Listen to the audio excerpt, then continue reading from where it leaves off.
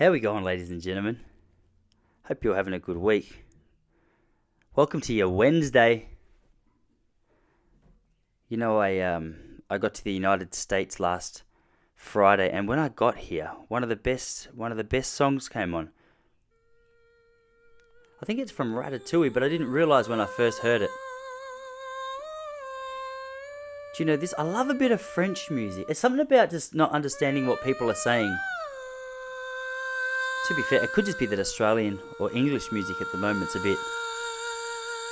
little bit shit maybe. But listen. Huh?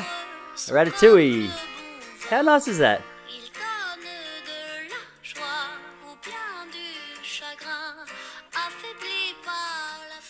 I love it. There's a chick I do comedy with, Gemma, her name is. She's an absolute champion, and she does an Edith Piaf cover, I think her name is.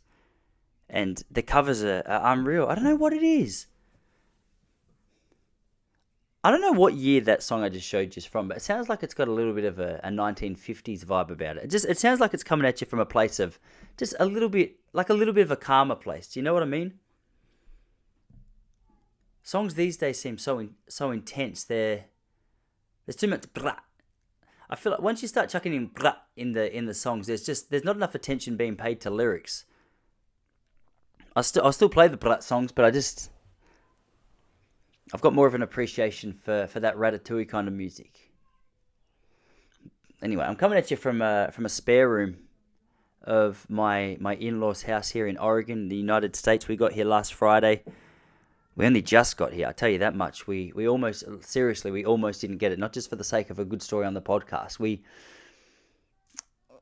For those of you've been listening for a little while, it's been so hard to get out of Australia because the vaccine requirements, and if you haven't had the vaccine, you have to have a really good excuse or a really good letter to be able to be here. And apparently I had neither of those. So we had the flights booked, and we're flying with United originally. So last Wednesday, we were supposed to fly out. We got to the Melbourne airport. We got up at 4:30. We drove an hour and a half. We had our in-laws drive us down and got to the airport at 6 and went to the United gate. And we were thinking, man, it's amazing how few people are here. Like there was no one there. And we're like, oh man, look how organised we are. This is the perfect start to the trip. Let's go get a coffee. We'll walk back with Charlie. We'll have a nice smooth flight, obviously on a little boy. It's going to be incredibly difficult for him to be able to travel this far. And we thought, all right, we'll just do whatever we can to make the journey easier, not only for us, but also for him. And so we went and got our coffee. We walked back to the gates, and this is where the problem started. The United lady, she was waiting at the desk. I said, hey, it's quiet this morning. She goes, your flight's been cancelled.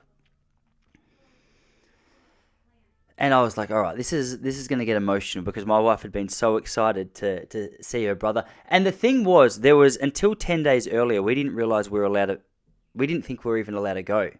And so we were at our church, and Jesse started talking to a lady there going, hey, I know a doctor who can give you a legitimate exemption. You'll be able to speak to him. He'll be able to get you across the border. He'll be able to get you out of Australia. And we thought, oh no, like surely we've missed something. And her parents were flying in on the same exemption a couple of days after this conversation. So we thought, all right, well, what we'll do, we'll see if they get in. And then from there, we'll either pursue it or we'll just leave it be. We thought we don't want to go getting ourselves in trouble. We're only doing it if we can do it legitimately. And so her parents got in, and we thought, all right, we've got 10 days to get this baby going. So Jessie, she was doing everything she could to try and get us here. There was so much paperwork. Admin's not a strong point of mine. I planted a cucumber once; it grew as a carrot.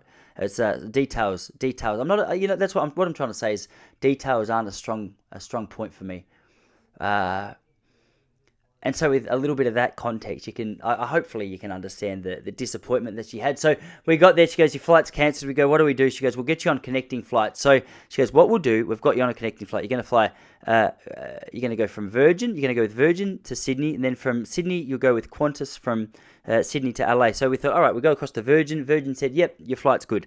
Went across to Qantas. This is the thing, Qantas are an absolute disgrace of an airline. If you want to talk about an airline which is just the pinnacle of virtue signaling, Qantas is it. Whatever, as long as it tries to make themselves look as though they're doing what the majority of people want, as long as they look as though I think in their minds, as long as they're doing what they feel the majority of people want, they'll go along with it. Like if the majority of people said, look, gays aren't allowed to fly on this airline, they would say, well, unfortunately, we need to make a stand for straight people and say gay people are no longer allowed on this air. It's not because they think what they're doing is right. It's because essentially, if there's a bunch of kids in the classroom at school and 10 of them are calling you a pussy because you won't kiss another boy, you go, all right, I better kiss him because I don't want to be a pussy. So they're saying, that, hey, that was a weird kind of analogy. I'm not sure I went with boy. Like there's a lot that you could read into that. But essentially, Qantas they're just a disappointing airline. And I've realised that more than ever over the last couple of years. But we got to Qantas, we showed them our exemptions, we showed them the letter from our doctor to say why we're exempt. And she said, no, unfortunately, you can't use this letter because it's not signed by our own doctor. I said, well, how about bring your doctor out? Like, just bring your doctor outside, we'll show him the letter, and then he can sign off on it. And then we can either go or we can't. They go, no, the doctor's in Sydney. I said, well, we're about to fly to Sydney. They said, no, you have to fly on one of our flights in order to be able to get the document signed. So it's just a no-go. Like, we just can't get the document signed today. They said no. So we're like, all right, went back to United. United said, all right, we'll get you. They somehow, Virgin took us to Sydney, and then they connected us on a Hawaiian Airlines flight. And we had the same problem. We're in Sydney. We're about to check into our flight. And the arrogance of this Muppet. He came up to us, we had our letters, and he goes, this doesn't look like a legitimate letter. It was. He goes, it doesn't look legitimate. I said, well, it is. He goes, okay. He goes, it doesn't fit the CDC's guidelines for you to get to America. I said, well, it does. We've looked at this very closely. Just have a look through it. And so he started looking through it, and he said, it needs a letterhead. Okay, there's a letterhead just here. He goes, it needs to explain in detail he goes, it needs to explain specifically what your medical exemption's for. I go, well, it's just there. He goes, it needs to be signed off by a doctor. I go, that's just there. He goes, it needs to be dated with a phone number directly to the doctor. And it had all that. He goes, unfortunately, it still doesn't meet the requirements. I go, mate, it does.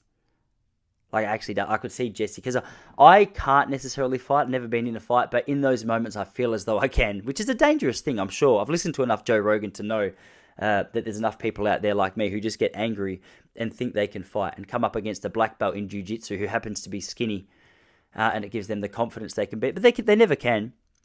And so this guy said, no, you're not getting on the flight. And this is the thing, because these people have the power to be able to dictate whether you get on or you don't get on, you can't really argue back, because you just start looking like that bloke. They just call security and say, get out of here. So he sent us back to our hotel. We thought we'd come back for one last shake in the morning, and then went to the United flight in the morning, showed him our exemption, said, do you need the letter from our doctor? She goes, we just saw your exemption. What we need that for? And let us on the flight. So we flew from Melbourne to Sydney, then Sydney to LA, LA to San Fran to Medford. As a result, we got a kid who's not stoked at the moment. We had a moment actually in San Fran. We were about to get on the last flight, just 54 minutes. And what made it worse was Charlie was asleep on my chest, and we walked into the terminal, and he looked so cute. He looked as though he was a little cute fella, and people were looking at him going, man, like, that's a beautiful kid. And one lady even said to me, she goes, that is a sweet kid. And I said, thank you very much. He's a very nice kid. Like, he's very tired, as you can see. And I made the rookie error of going, hey, I need to go to the toilet. We've got 10 minutes to get on the flight. Charlie had barely slept in 35 hours, 40 hours. So I said, Jesse, you hold the little man. I'll go to the toilet, come back. But when we passed him over, Charlie woke up, and I mean, I'm not happy at the best of times when I just wake up. I need 15 minutes just to calm down, to get my bearings. This guy, he had the meltdown of meltdown. You know those meltdowns where you'll see a parent and you'll see the child misbehaving in their presence, and you go, what is the matter with this parent? There's legitimate mental issues in this parent for them to believe that they're a good fit to raise a child. And I used to judge these people frequently. I'd see them and I'd go, I would never be like that with my son. I see them and I go, all right, well, you need to be a person like me who actually knows how to raise a child.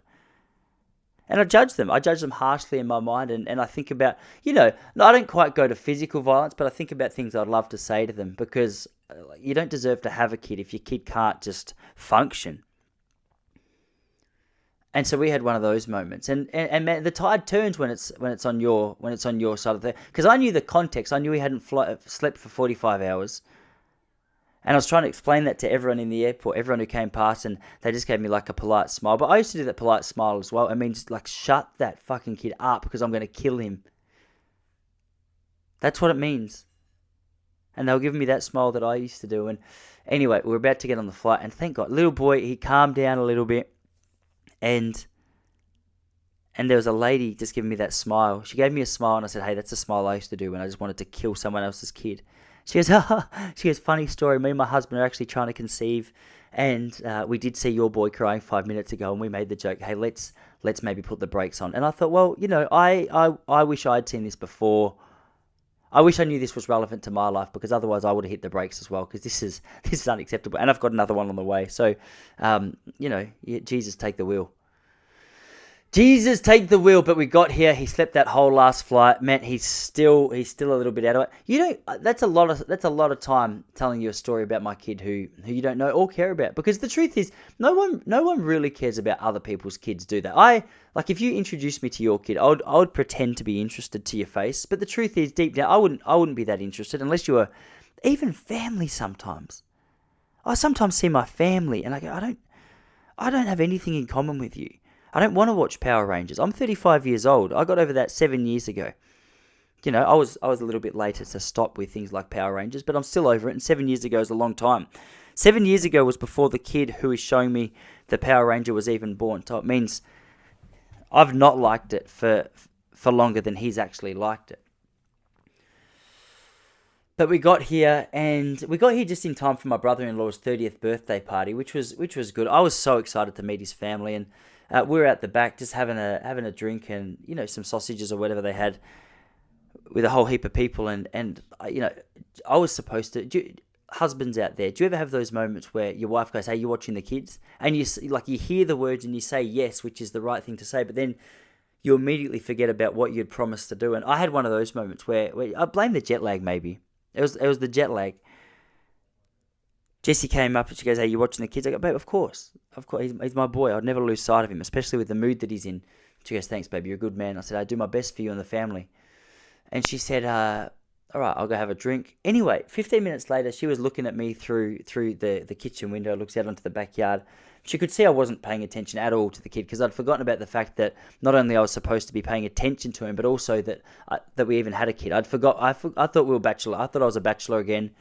I was trying to put in some sweet talk with one of her family friends, just to see if I still had it. Just tuck the wedding ring into the pocket, just to see. I would never follow it up. I just wanted to know if I still had what it took. And I was rusty, and I was talking to a man, which was a rough point. I think that's probably where I went wrong, because the attraction wasn't there. You got to be careful with jokes like this, because some people don't know that you're joking. You say it too seriously, and the word gets back to your wife that you're making affair jokes, and they never go down well. And I've promised myself after every podcast that I'll stop, and yet here we are once again making the same jokes. But she was right. She came around. She goes, "Are you watching Charlie?" I go, "Babe, I forgot we had a kid." And she looked over my shoulder, and Charlie, no joke, he had another little kid pinned down on the ground, and he was just slapping in the face. And so what I'm trying to say is I just don't know what to do here. There's some behavioural issues taking place in the life of my kid, and I don't want to be responsible for it. I'm not sure what to do. We introduced the flick because we were a kind of family that for the first year and a half we thought, well, we're not gonna smack him. We're not that kind of family. But then I'll tell him off, and he just laughs. He just laughs at your face, and he's like, I'm not scared of you. And so I started introducing the flick. He was in the kitchen the other day, banging the cupboards, and I said, well, you're getting flicked. So I flicked him on the head. No joke. He looked at me and he goes, "Ha, ah," and then he pissed himself laughing. There's something going on in my kid where he's not afraid to piss himself laughing at the punishment. So I guess what I'm saying is, hey, pray for me and my family, would you? Because we're here for 6 weeks, and if my boy Charlie starts punching his cousin Charlie, that was an error in naming, wasn't it? You don't name your cousins the same name, especially if you're the kind of family that spend a lot of time with each other, because every time I say Charlie, 2 kids come running at me, and it's confusing, and we're only 5 days in. But it's awkward because we wanted to come here and show off how well behaved our kid is. All he wants to do is punch the daughter of the family that we're staying with, which is highly emotional. I went out my brother-in-law. He's an arborist, which means he works on trees. He's like a tree doctor, I think they say.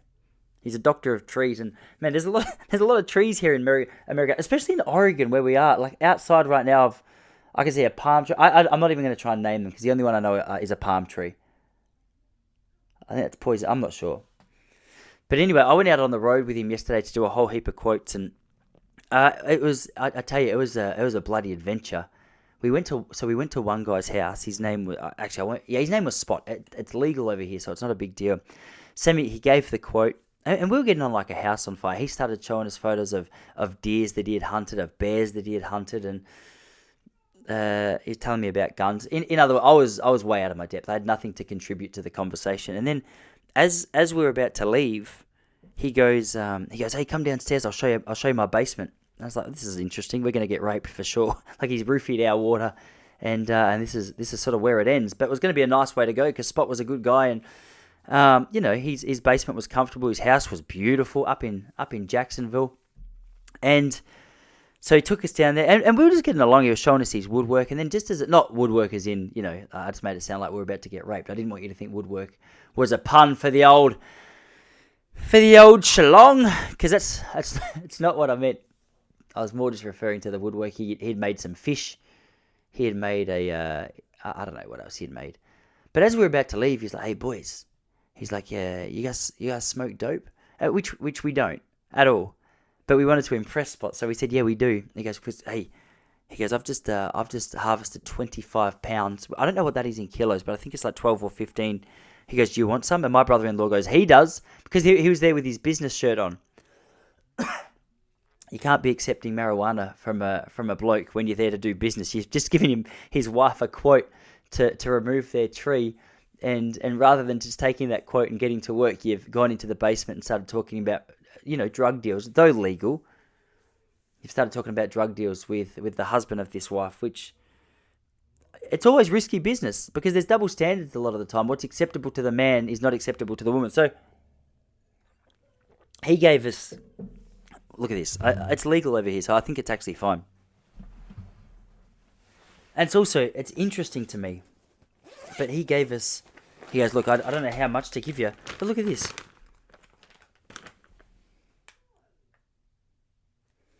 He's a bad man.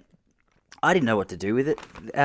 So I took it, I thanked it, and I had to bring it in here. And because this whole room right now just smells like... it smells like what Bob Marley's studio would have smelled like, which is uncomfortable because I don't want Sam getting in trouble. I don't even know what we're going to do with it. It's just there, so I'm not convinced anything's going to happen. But it's all taped up in my bag. But what an interesting experience. He gave us 2 backstraps of deer that he had shot and a bag of marijuana. So Spot, thank you very much. This is what I love about people. Like I love about the work that Sammy does is you find yourself in a situation where you think you're there just quoting trees and how much it's going to cost to get the branches removed. And all of a sudden, Spot's, making drug deals with you. He bought out, I'm not kidding, he bought out a bag. It was a massive garbage bag. Like it was all sealed. And I reckon those little nug things that I just showed you, I reckon there would have been 10, let's say 5,000 of those to be on the safe side. And he had 4 bags of that. And he said, look, when you come out here in a few weeks to actually do the work for what you've just quoted us, we'll touch base again. I'm saying this, look, I'm going to be honest with you. I've never been I'd never smoked marijuana. You know what I mean? Like I smoked it once and things slowed down so much. I started seeing patterns in my mind. It scared me a little bit. I've heard since then you just got to go with the flow. But at that time I was thinking, why can't I see like a colourful baby made of cells in my mind? That was confronting. I remember my thoughts being super vivid. I thought, all right, I'm just going to have to slow down here. I'm sure it was laced with acid. So, I don't know. I always get skeptical with people like Spot as well. I'm like, what's he trying to do? Has he done anything to that? Does this guy get kicks out of drugging people from a distance? I'm not sure. Maybe it's a trust issue. I spoke to you guys about a coconut that I drank the other day, and I had the same fear. So it's starting to look as though it's a trust issue in me and other people. But I'll keep you posted on what we do there. We're going on a camping trip soon. Maybe I'll try and bring it along there. But it's an embarrassment right now that I'm going on so much about this because marijuana's not cool anymore, is it? It's not cool because things are more cool when only a few people do it.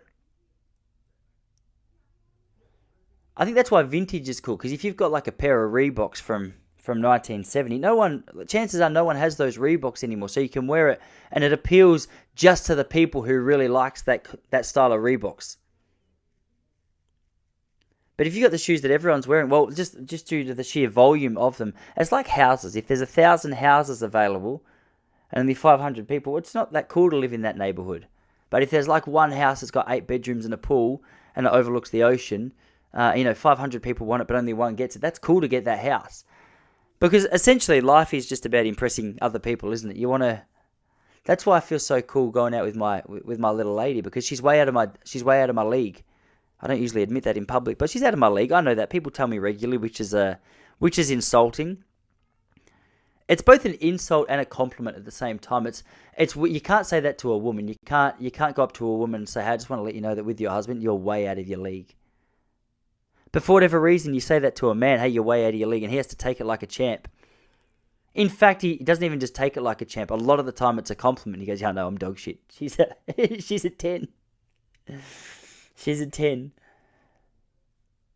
You've got to lose a couple of points when you're pregnant. Just between us, you have to lose a couple of points when you're pregnant, because just nature takes it. Her personality's still beautiful, but weight, like you stack on weight a little bit. I know you're not supposed to talk about this these days, and I'm grateful for the work she's doing. And I shouldn't go on. I always say, she goes, "Babe, I'm struggling so much. It's so hard being pregnant." I go, "Look, babe, I just want you to know, I'm grateful for what you're doing, but I didn't complain once when I put it there." Do you know what I mean? Like, it was it was a quick job. It didn't take me too long to plant.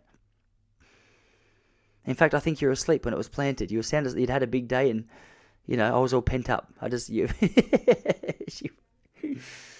Nah, that's not true. She's she's beautiful. I hesitated a lot there, but I wasn't hesitating because I didn't believe what I was saying. I was hesitating because I know that I've found myself deep in a conversation about my wife, being slightly less attractive when she's pregnant, which is highly offensive in the modern age. Yeah, you can't be doing that. It's weird as well. Like, one thing I noticed yesterday is going out around America is so many people, and this is comforting. I think it's the part of America that we're in at the moment as well. We're like, I think the town that we're in right now so we're in a place called Central Point. I get the vibe that over here, Central Point is where a lot of Republican voters live, because I turned the corner the other day, and this is what I love. I love how fuck you Americans are with their political opinions. Australians are like, we're pussies, really. Like, we're very. Maybe it's not that we're pussies. Maybe it's just we're overly polite, and it's very rare to see someone blatantly just share their opinion on politics. Really, there's a house across the road here. This is across my heart. There's no exaggerations taking place here. There's a house across the road here. It's got 3 flags that they're Trump. It's got 2 Trump flags, and in the middle, it's got one that says "fuck Biden," which I thought was funny. Like, I thought, hey, whatever. Like, this guy's just sharing his political opinion. And I thought, that's pretty out there. And then Sam, my brother-in-law, told me, he goes, that's a child's daycare. You can't, yeah. I just thought my little boy he goes to a daycare which is a complete opposite. It's a very lefty PC daycare where they do all the things you're supposed to do. They're very Qantas about the way they act, and which is fine. Like, you got to do what you got to do. But I love the fact that not only is it a daycare, but they look busy. There's still people rocking up each morning, just dropping their 4-year-old kid off there, despite this sign. Then 400, not even that, 200 meters down the road here, we turned the corner when we first got here. There's a Let's Go Brandon flag. I thought it was going to be more tense here, to be honest. I thought people were going to be more pent up, but it seems fairly relaxed. I don't know what I guess it depends where you go. I know San Fran's got a reputation for being interesting. I watched that documentary the other day, What is a Woman? It's on the Daily Wire.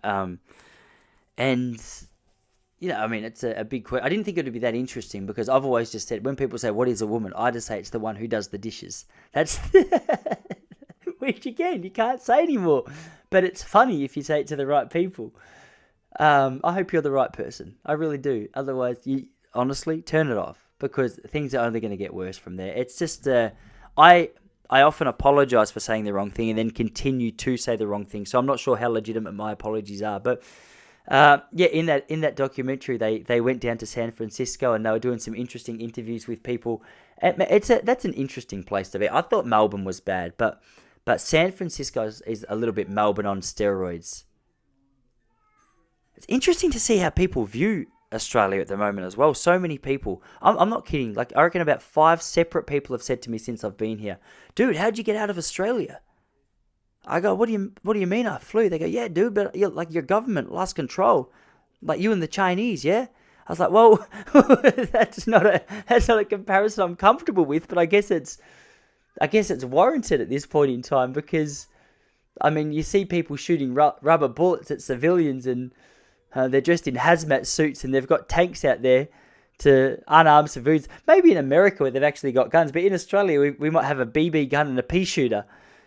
There's no need for that kind of force. But people were shocked. People were shocked that I got out of there, and they're like, man, yeah, I've been praying for your country. Like, you guys have really gone downhill. I was like, wow.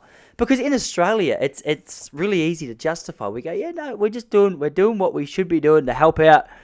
We'll help out the rest of humanity. We've COVID's been dangerous, and as a result, we've got to protect everyone. And we get here, and they're like, dude, that's why that you shouldn't let them take your guns. Like if you had your guns, that like you'd be able to stand up to this. That's a mindset that Australians, I just don't think we really understand. These guys here, I love their passion for freedom. They're little freedom fighters. They're over the top. They're out there. They're blatantly like, I don't know. You just can't be more blatant. I never used to like Americans that much when I was a kid because I didn't like their arrogance and how good they thought they were. Then I got here and I was like, yeah, you got a lot to be arrogant about. Apart from your roads, their roads are questionable. I feel like their roads are maybe the one thing letting the country down. There's so many cracks in the road. It looks like an earthquake's just done like a mild attempt to tear them up. The neighbourhoods here are strange as well. You drive down one street and it might be beautiful. You take a next street and it's just ice addicts everywhere. I went to the swimming pool yesterday. We were just trying to do a couple of laps. And we got there and there's a bloke with, those ice scratch marks all over his face, just sitting at reception going, how can we help you? I was like, I just want to use the pool. He goes, the pool's closed. I go, why are you still at reception? He's like, it's my job. I said, but this is only a pool. He's like, uh-huh. I go, well, if the pool's closed, you could go home. He's like, I decide my hours. All right. Are you open tomorrow? He's like, well, we're open every day. I go, you open right now? He goes, no. I go, we're going to know, like, what time are you open? He goes, we open when we open. I go, mate, I'm just trying to go for a swim. I'm just trying to get over the jet lag and do a little bit of exercise. Can you just you're employed to work here? Americans are funny as well because they've got a reputation. I was speaking to my brother-in-law and he goes, he's lived here for 10 years, and he goes, one thing you'll notice is that like America is, to a lot of Americans, it's all they need. Like, it is the be all and end all. It's the go-to place. Like, if it's not in America, why do you need it? And I thought, that can't be that true. Like, surely they've got, and obviously this is a massive stereotype, but obviously they've got knowledge outside of America. But I went to an open mic comedy night last night, and when I was at the open mic comedy night, I met this guy and he goes, dude, where are you from? I said, Australia. He's like, nice, man. I've been to Samoa before. And I go, sweet. What's going on in Samoa? He's like, not much, man. He's like, do you like it there? I was like, dude, I've never been. He's like, wait, I thought they were like, they're not the same? I was like, no, like, Samoa's a country, Australia's a country. He's like, dude, all right. Crazy, man, huh? I guess you learn something every day. I was like, I guess we all learn a little bit each day. Another person the other day, I said, I'm from Australia, and he said, he's at New York. I said, not really. It's not that close to New York at all, actually. Actually, I think we're further away from New York than we are to you. My brother-in-law got asked a few years ago whether there's rivers in Australia, which I thought was an interesting one. Is there rivers in Australia? Yeah, mate. Do you guys use the Australian dollar? No, mate. It's I wish I was that blinded by my own country. I agree. I think America's the greatest country in the world now. I think that's official. Surely that's official. I mean, it's got its little issues, but yeah, I don't know. I don't really have much to back up that claim apart from the fact that, like, this, think of everything good. Movies, music. I know these days that's arguable. But until a couple of years ago, I felt like we could make a pretty good point out of that. I think I just love that passion. I love that passion for the country. But anyway, I'm not sure. I've been here 4 days. What do I know? I'm acting like I'm a local here. I don't know much about this place at all. Yeah, so this comedy show last night was at a place called Johnny B's, and I got to Johnny B's and just think it was going to be. I got there at 7:30 because I thought I'd better be organised. The guy said it would start at 8. 9:20 it got started, and there was a lady up before me. Her name was Genesis. She did so open mic comedy. Generally, you're gonna do a 5-minute spot and then just move on. Genesis, she got up there. It was her second comedy gig ever. She brought 17 of her friends, and I know that because she said it on stage about 15 times. And Genesis, she just sat on her phone the whole time and read out her jokes like this. She just kept reading out her jokes, and I was like, that it's horrific. And she was up there for about half an hour, and once she got down, the MC came over to me, and just before she got down, about 25 minutes before, he came up, he goes, dude, you right to go up next? I go, yeah, man, for sure, I'd love to go up next. He's like, all right, we've got a good audience here for you tonight, huh? I go, yeah, we do. Anyway, so Genesis, she finally finished her spot. She got off stage immediately. 15 of the people in the audience got up and just started hugging her, saying their goodbyes, laughing. I was on stage. The place was so loud. No one realised I was on stage at this point, which is always that's a tough way to... I mean, it's a tough way to start a comedy gig when you're trying to talk to people who are saying their goodbyes. But I did my best. I'll give it a 5 out of 10. It was a 5 out of 10, and I mean, it was good to kick off the international comedy career. But the truth was, it was I didn't go as well as I want. But there's another place tomorrow at some burger joint that I'll go back and have another crack at. So we'll see. Surely it's only up from here. There's so many. I knew there was little differences in the accent. I knew there were certain words that were going to be difficult. But I tried to make this joke about walking from my lounge room to my kitchen. And when I said lounge room, the audience's face just went blank. They don't call it a lounge. They call it a couch. So I got off stage and the MC goes, dude, what's a lounge room? I was like, oh, dude, is this where the lounge is? He's like, what's a lounge? I go, it's a couch. He goes, okay. I said to the guys, I go, look, did you understand much of what I said? They go, not a heap. I said, that's good, because I was worried it was just the quality of all my jokes that was causing them not to laugh, which I'm sure could have been part of the problem. But truthfully, it was kind of encouraging to know that they just didn't understand what I was saying so well. There's a real barrier to cross. I feel as an American going to Australia, you wouldn't have too much trouble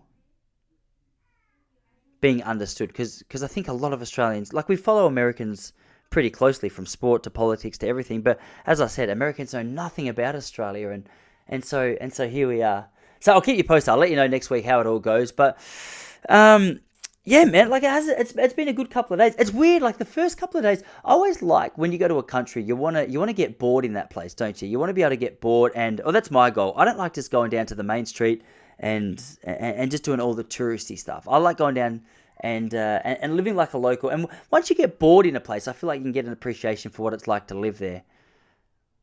So I'm not quite bored yet. Things are still exciting. We haven't been to all the local coffee shops yet, which we're going to get to. But that's the plans over the next couple of weeks. I'm impressed by the fact that the people we're staying with, they're willing to have us for 6 weeks, because I don't know, how do you guys go traveling with certain people? Because I hate the feeling of having to be on the whole time. Because if you're in that phase where you just feel like you have to be on, you know for a fact that things are going to get real tough real quick, because you're going to have your down days. And then if you have your down days and you're not on, the people that you're traveling with are going to go, hey, like, what's up today? And that's the universal question, just to trigger any anger. Because if you're feeling slightly off and someone says, hey, dude, everything okay? Like, that is universal for, all right, like, things are about to go down, I think.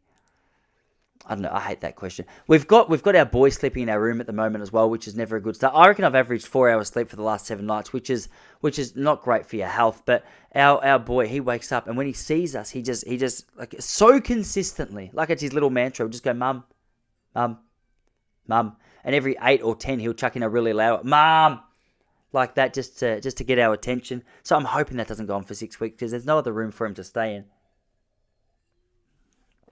But I think being over here, one of the things I noticed as well, the quality of food in this place is, not in this place that we're staying, my sister-in-law's a great cook, United States. I went out the other day and we just, we ordered some lunch. I thought, you know what, I just need something healthy. I'm going to get a salad.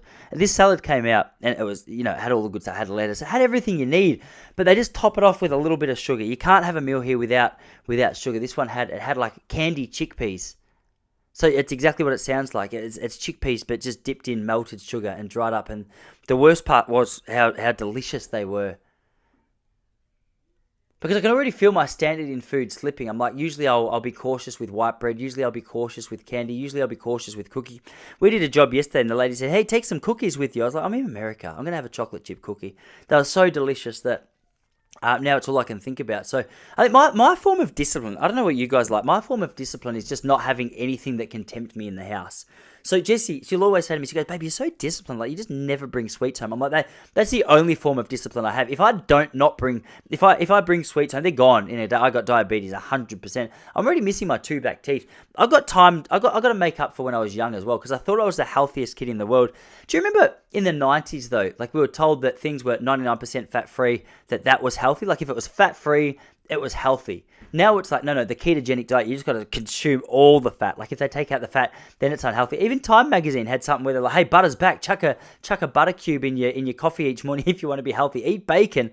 I'm like, surely this can't be right. But I don't know. I fell for the lie that 99% fat free was healthy. But what I didn't realize in my research, which I didn't do much of, was that once they take the fat out, you have to replace it with sugar. So my blueberry yogurt each morning was essentially just like a nice cold gluggy bowl of sugar. And as a result, my teeth got smacked. And I just thought, I don't know, I was trying to figure out why it was that my teeth were constantly getting smacked. But it turns out that if you just bombard those teeth with sugar day in, day out, it doesn't matter if it's 99% fat free, your body's going to go, actually, you know what, I don't want to be here anymore. So I can't be falling into that trap anymore, because otherwise I get myself in trouble. People who don't understand my name either. Tyson. People, they often confuse it. They think I'm saying Tyson. Every time you go to Starbucks, which I shouldn't do. I know, don't judge me. Don't judge me for that. But, you got to get your coffee where you get your coffee. But every time I go in, they go, hey, do you mind leaving a name with that order? I go, yeah, it's Tyson. They go, Tyson? I go, Tyson. They go, oh, like Tyson. I go, mate, like Mike Tyson. So I never heard of the guy, and then I spell it. They go, oh, Tyson. I think it'd be exhausting to be an American, the way they speak, because you have to really enunciate each word. I listen to American conversations sometimes, and I go, it's too much. Like, there's too much emphasis on saying the words right. Just say roughly. Just say roughly what you want to say. Yeah. I think the Australian reputation over here is changing as well, because we've tried to promote ourselves as these larrikins. Just, I think I said this to you before, as these just larrikins. We got no worries in the world. Don't tell us what to do. We do what we want.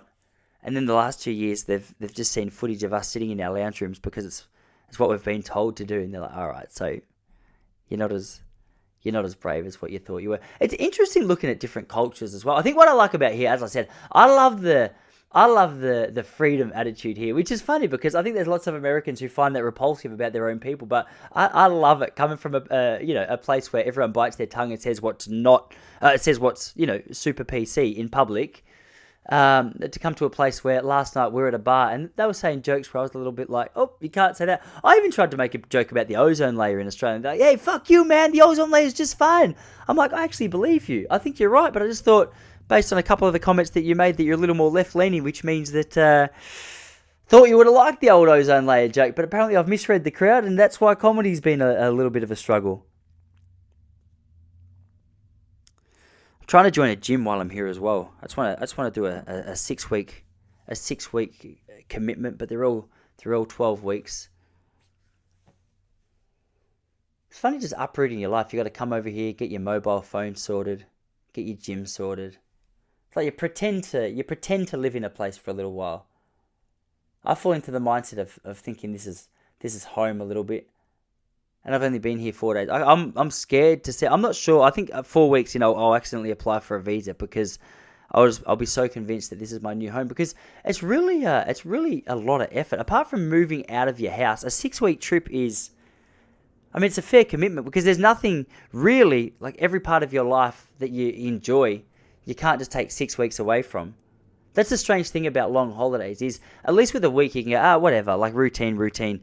But over here, if you're taking 6 weeks out, you got to go, all right, well, I'm going to come home with man boobs and a fat belly if I don't keep up a gym workout, especially with these candy chickpeas that I've been eating. So I'm going to go try and sort that out today. But exercise, I think, is the hardest one when you're traveling, because there's so much to do, there's so much to see. And over here, I mean, you walk down the street, and the average weight's a little bit larger than my hometown in Point Lonsdale in Victoria, Australia, because everything's drive-through. That one interesting thing, there's a drive-through coffee shop here called Dutch Bros. Now these guys, they're all around the United States. They're all over the shop. And Dutch Bros, it's a drive-through coffee shop. And they're not the only one, but Dutch Bros, they seem to have done it well. So it's literally you drive through, just like a Macca's, and they serve you American-style coffee. So shit coffee with heaps of flavouring. These guys, like they're now traded on the US stock market. My sister-in-law works there as a marketing manager or marketing. She's a designer. It blows my mind how I want to bring it back to Australia, but for whatever reason, people are happy to get out of their car in Australia. I think the coffee, especially in Victoria, I think the coffee scene there is so good that people are much more snobby about it. Coffee is not just a caffeine hit. It's not just about efficiency and getting more work done and staying awake like it is here in America. Because like here in America, I think people operate at a fairly high pace as a general rule, a little more. Even though you go into the CBD in Melbourne and people are still operating at a pretty high pace, over here I think it's just a little bit more expected. Especially I feel the further east you go, like where the accents start to get a little bit more fast paced, the intensity of the work starts to pick up. I guess there's nothing wrong with that, but what I'm trying to say is I think caffeine's just used as a tool to get them through their work a little bit more effectively. Whereas in Melbourne we like to get we can be complete wankers with our coffee. Like we treat coffee like those wanker wine tasters treat wine. We'll get out and we're like, I just wanted a soy flat white mocha. Do you have a soy flat white mocha? Do you have oat milk? I was just wondering if you had oat milk, because my gluten intolerances have really flared up the last couple of days, because my body's a little bit out of touch with nature, and I noticed that each year, when hay fever season kicks in, just regular milk's not good for my digestion and my chakra. It's funny how in like a really woke place, it's okay to speak like a wanker about your chakras and Eastern religion, but you bring up the idea of Christianity and people are like, oh my gosh, get with the times. Get with the times with this 3,000 years old religion that I'm now discovering, rather than your, something that just came into fashion 2,000 years ago when Jesus made his big song and dance. Have you noticed that? People go, get with the times. I'm like, hey, apparently your religion's older than mine. They're like, I don't mean it like that. I mean, just do what I would like you to do. People over here are pretty out there about their Christianity as well. Like, I think most people here, I remember growing up as a kid in Australia, they had church bells which would ring each Sunday, and it was like a normal thing to do. I noticed a couple of years ago they don't ring anymore, and I don't know if it's just because it was a distraction or a frustration to the locals and they didn't want to get woken up on a Sunday morning by church bells. But I often assume it's because it's just not as well received by people in the town anymore. I just think that people in the town are like, hey, you know what? I want to go do yoga. I don't want to be woken up by church bells. So I find that interesting. Over here, everyone I talk to, man, like, I was speaking to someone about his business the other day, and I said, dude, how's your business going? He's like, dude, I've been blessed. God's been good. I'm like, man, I like it. I like that kind of language. He's like, God bless you, bro. Oh yeah, let's bring a little bit of the God bless back. What's wrong with some God bless? You don't have to be a Christian to receive a little bit of the Lord's blessing. Can't we just take it? That's beautiful. Thank you. I'll put that in my pocket, walk away, feel as though I've been blessed for the afternoon. I can tell that kind of stuff rubs off on me quite easily. I can tell I'm going to be coming home and telling people God bless, and the Lord's blessed me, and I'm going to try and bring it back into fashion in Melbourne. But I mean, we've got a tough gig there, because the old Catholic Church has touched one too many kids, and as a result, the idea of church is I was going to say a touchy subject, but when you're talking about pedophilia, you got to choose a better turn of phrase than touchy subject, because it sounds like you're taking the piss out of the victims, which I'm not. At all. I was just making an observation. I went to a church here just the other day with my brother-in-law. He's a good drummer. So I thought, you know what, I'm going to go up to the local church and see how they do it here in America. And it's pretty much just like Australia, but just with a little bit of sugar on top, a little bit of extra flair. The Americans are, how do you explain them? They're surface level very happy, but it feels passive sometimes. feels a little passive aggressive. Like it'd be hard work to be an American and be upset. Because you still have to do that. You have to do that fake smile. Yeah, dude, God bless you. Things are doing very good. Things are doing very well. I guess Australians are like that a little bit as well. Anyway, ladies and gents, so I might love you and leave you. I'm gonna go have a little bit of brekkie, get started with my day. We've got a cleaner coming here in 15 minutes or so, so I better get out of here and go do my thing. But hey, you have a good rest of your week. All right, much love. God bless, as they say here in the great land of the brave and the free. All right, I'll see you next week.